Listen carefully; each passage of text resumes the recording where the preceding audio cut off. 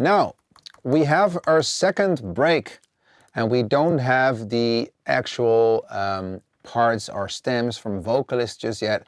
And it would be great if you're going to get your chords out to a songwriter that can write a few lyrics over it. That is going to bring you the extra dimension, especially for bigger songs like Don't You Worry Child of the Sweets, for example, or Reload still is one of my favorites, or, I love the songs of Dennis Koyu as well. And all these kind of songs have one thing in common: they have great lyrics. So, and whenever you're sending your song to songwriters, my suggestion is just send them the chords. Don't send them the track, because it's going to influence their writing, and maybe your song is going to be different when you put it out. And then I think it's easier to just send them the chords, so they have nothing but the chords that influences them in their writing. So that is just one of these tips that I have for you that worked for me. And if you want to send in your full track, be my guest. But I think it works just much better to just give them the chords. That's really the only thing they need for writing.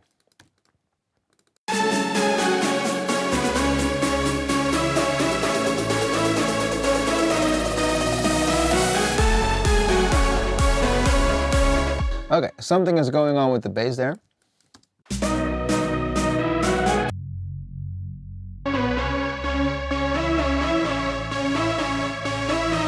Right there. That is one of my first MIDI blocks that I needed to change, and I forgot about that. This is what happens to me all the time, and usually something that I found that I find out on stage. So most of the times I'm a little bit late with finding out that I forgot to put this back. So yeah.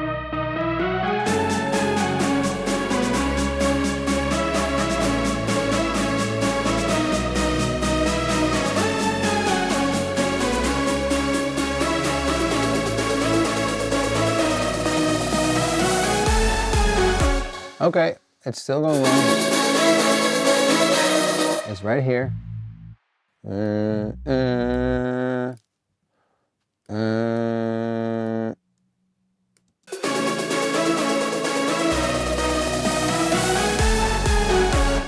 we still need to make that filter for the bass, otherwise it has too much impact and there's too much bass going on. So we're going to create that nice lift in the frequency here, and also here, so it loses some of that low end before the drop, so the drop has more impact.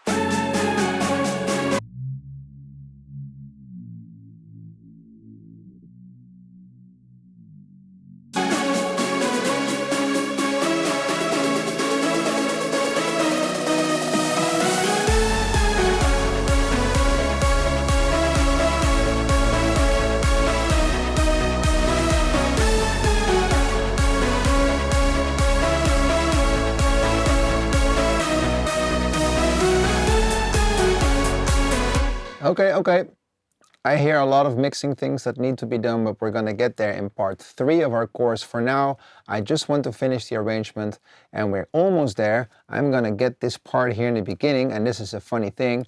I'm gonna hold Shift, click L, and I'm gonna copy this part. Yeah, I know, it sounds really lazy, but it works great. Why do things double if you already built something? And I'm gonna put this here in the opposite way. So first the second part and then the first part.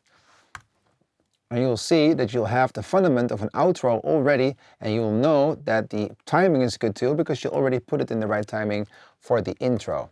And it is going to save you so much work.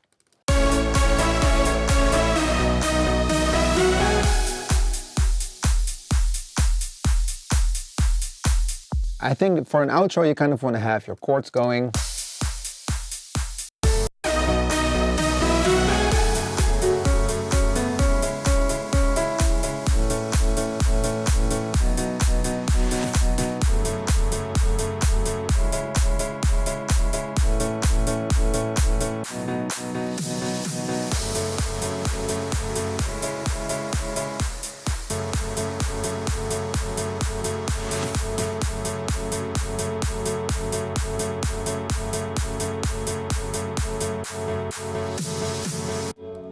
We're going to make it a little bit longer, so you'll have a little bit more time to mix it out.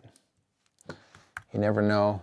Sometimes you miss a cue point and then you have an extra bar or 15. second or 15, sorry. And then you're going to be fine. And at this time, at this last piece and bit here, I'm going to just make sure that the kick continues to play.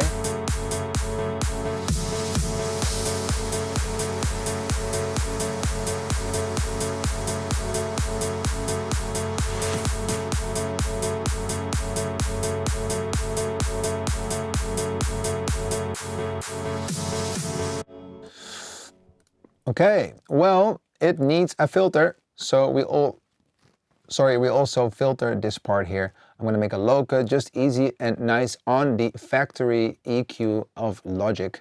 I'm going to go for a low cut here, and this is going to help you to get that final soothing end.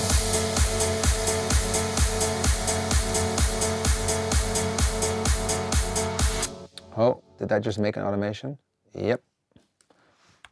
Okay, when you hold Control and Command and you go backspace, you delete all the automation on the active track, something that really saved me a lot of time.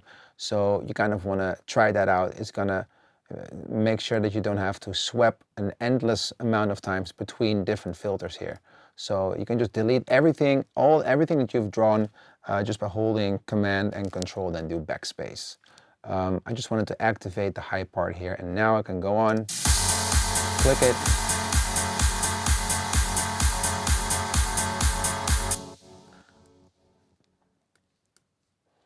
There's some logic bugs going on here, but it should do the job.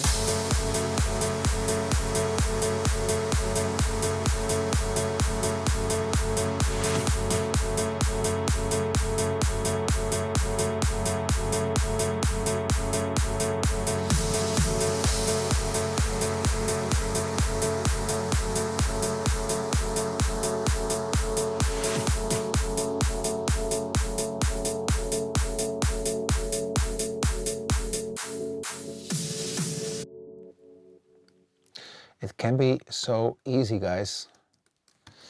No, I'm just trying to say is that sometimes you're trying to find something really sophisticated, but most of these things you can really do with easy plugins, stock plugins, and the tension that you're creating is all to be determined by how your sound moves. It needs to move from left to right, it needs to go from the back to the front, and you can do all these things with really easy plugins. EQs, delays, reverbs, saturators, overdrives, all these things, Simplon filters.